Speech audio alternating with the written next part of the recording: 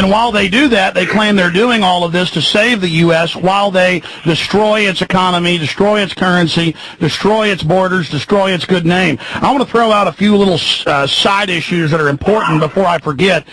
Tony Blair, you said a year ago they planned to make him the head of Europe. He converted to Catholicism with Europe being predominantly Catholic. That was a big sign 8 months ago. It supposedly rotates. England isn't in line, but they break their own rules whenever they want, being dictatorial in nature. And now they're trying to position Blair into that. He lied and said he wasn't planning it. Can you talk about Blair? Do you think he's going to get the EU presidency, or do you think that there's so much opposition mounting that they won't be able to do it? No, there's actually not a lot of opposition at all, because again, as in the United States, so is the case in Europe, the country or the continent has been so dumbed down, and especially now with the subprime crisis hitting full effect, you're talking about the worst banking crisis since 1931. People are just really not in the mood to hear anything other than their own personal finances. What most people don't understand quite yet is that the world financial system has already collapsed, and what we're experiencing and will experience from now into the future are only the effects of it, which are gradually coming to the surface. And again, there is not a lot of opposition to Tony Blair's probable most likely position as the European czar. And again, all the things that you're seeing right now, and again, you and I have talked about this. I remember in 2006 when we saw each other during Bilderberg conference in Canada in Ottawa, and there's just so many predictions that you and I have been making over the years. I can't remember all of them. What you just told me, it's, you're right. I did say it about a year ago. I just couldn't remember it because, again, so much is happening so fast. And what before took 6 months to actually put together, now all of that is actually in warp run. It's being done literally in a matter of days. By the way, something just came out of Spain today. Citigroup has announced that as of now, people will only be able to withdraw 10,000 euros a month, 2,000 euros a day, and maximum 10,000 euros a month. That is huge financial news. That basically means they're right on the bank right there. That means they're preempting some news. Well, again, it's not going to come out publicly, but it has come out. There's been a trial balloon, and it has come out on a few Spanish financial websites, but then again, it disappeared almost as quickly. But again, it makes all the sense in the world.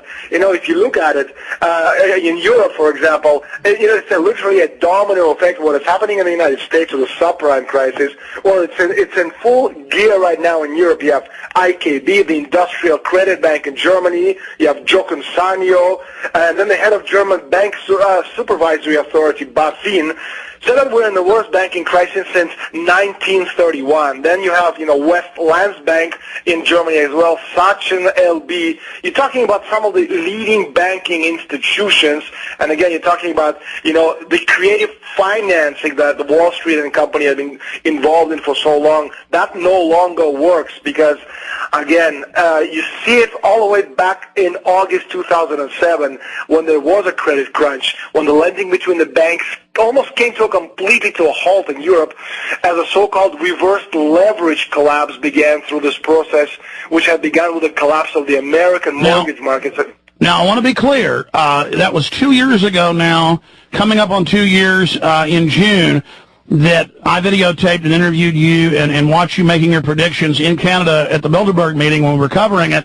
And you said the elite are popping the subprime to cause this spiraling slide. You said it would be a long, slow slide so that they can consolidate everything, and then it would be made to look like it happened on accident. Exactly what you said, because you were getting it from sources inside Bilderberg. What are those sources? I'm going to give you another piece of information, something which is coming together again right now. I saw this about 10 years ago, or it might have been 11. In a Bilderberg report, they were talking about demand destruction. Literally, that was the phrase within the context. I didn't understand it at the time because I was just getting into Bilderberg and I had too many loose ends to tie up. So about a year and a half ago, shortly after Canada, I saw, again, demand destruction in a Club of Rome report, and about 3 months later in the Trilateral paper report, and then I saw it in the European Commission report. So I asked a friend of mine in the World Bank, I said, what does this mean? And he said, how do you destroy the demand? I said to him, well, how do you do this? He said, you destroy the demand by destroying the world's economy, because poor people, the great unwashed, us, the rest of humanity, they can destroy us, they can take away whatever little we have, Just as in the 1929 supposed crash, it wasn't a crash. It was a transfer of wealth, and people better understand it. We lost, they gained. The same thing is being done right now. The giant corporations, these giant cartels, which form part of the Bilderberger inner circle, this spider web of virtual interests, they'll be able to buy for pennies on the dollar anything out there. It's a great fire sale, and needless to say, we, the people, who will be suffering. But again, we should ask ourselves why nobody is talking about it in the U.S. presidential races. They're not talking about any of the serious issues. Shifting gears back out of banking, Daniel Estulin, and coming up in the next hour, folks will be able to talk to Daniel and call in and ask your questions at 1-800-259-9231, 1-800-259-9231. Investigative journalist. He's in my film, Endgame. He has a best-selling book now going in its 4th printing here in the U.S. It's been in many as 20 printings in other nations, 25-plus nations. I think that number's grown. In 50 countries, Alex. In 50, we just sold the rights to our 50th country and our 30th language. Absolutely amazing. It's the people leading this fight, and I think we can win this war if we can just wake up out of our drunken stupor. Absolutely. So in the last year, it's doubled. That's just incredible. Daniel, we know on one arm they've got the war on terror. That's how they dominate us, arrest us, control us, push us around. That's their excuse. But on the other hand, they use this whole push of global warming, man-made global warming.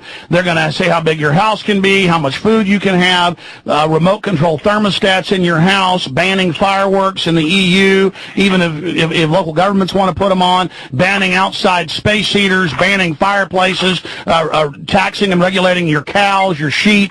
Total control. They're now, again, imposing feudalism through this, and the average environmentalist thinks, oh, we're just helping Earth. No, this is literally thousands of new regional and global taxes. Can you speak to that in their Club of Rome agenda?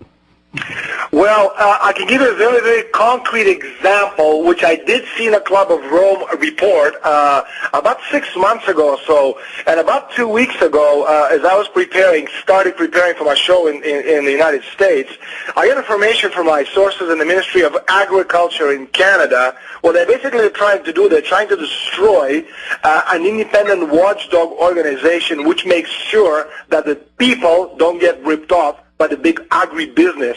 And that's part of the entire agenda of control. And what they're trying to do, they're trying to destroy what's called the Canadian Grain Commission, whose annual budget is about $15 million. It's the only thing in Canada that stands in the way of total corporate control over grading and prices. And what basically they're doing, they're trying to eliminate it to be able to directly control it. And investigating it, I realized that all the way down from the Minister of Agriculture of Canada down to the people who supposedly put together independent reports for the Club of Rome are the same individuals who are actually doing this and trying to destroy. The Minister of Agriculture of Canada is a guy by the name of Jerry Ritz.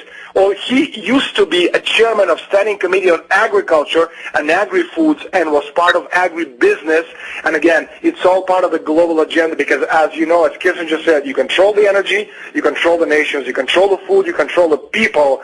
And it's, again, we, the people, are the only ones who are standing in the way of total control over all of these resources and our lives. They need control of food and they must control the water, and that's what they're doing. And again, it all comes out of the Club of Rome reports. Needless to say, they talked about it at the Bilderberg annual meeting in 2007 in Istanbul, and of course they'll be talking about it in 2008. Now, I want to explain this. They're monopoly men. They're not free market. If they get control of industries through regulation, if they get control of governments through global international treaties and bodies, and we just had Gordon Brown call for a world government, a world army with NATO at the head. It's all happening. What do you say to people that listen to this show and giggle and snivel and send me emails and laugh and say we're crazy when all we're doing is reporting what they're doing, Daniel?